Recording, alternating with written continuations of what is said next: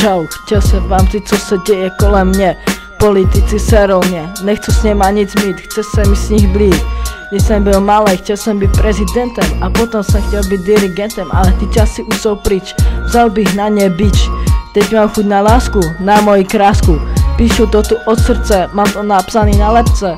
Dostal jsem od života lekci, ale byla sexy. Na zemana bych musel být prostej, ale já nejsem blbej. Jak bych něco řekl na něho, tak bych se pustil do něho, a nebo do mě a bylo by po mně. Rap by byl 4 roky v prdeli a pak by si koupil dali.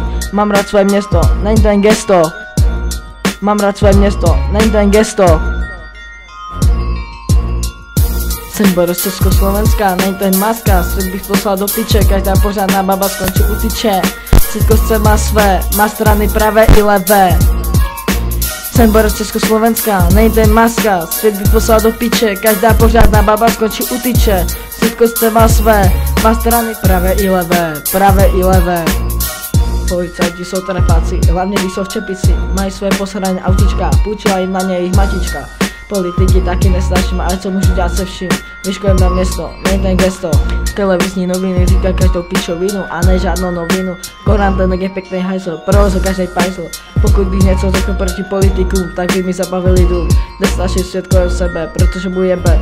Nechci lidi soudit, jak vypadají, ale jak se chovají. Tento track je pro politiky, pro ty skurvený trapáky. Kolik let tam sedíte, do židlí tam prdíte. Báte se jako prasata v žitě, běžte všichni do žitě.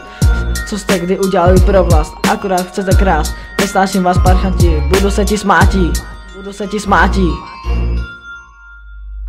Jsem Boris Československá, není ten maska. Svět bych poslal do piče, každá pořádná baba skončí u tyče.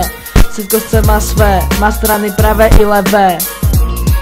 Jsem Boris Československá, není ten maska. Svět bych poslal do piče, každá pořádná baba skončí u tyče. Světkovce má své, má strany pravé i levé.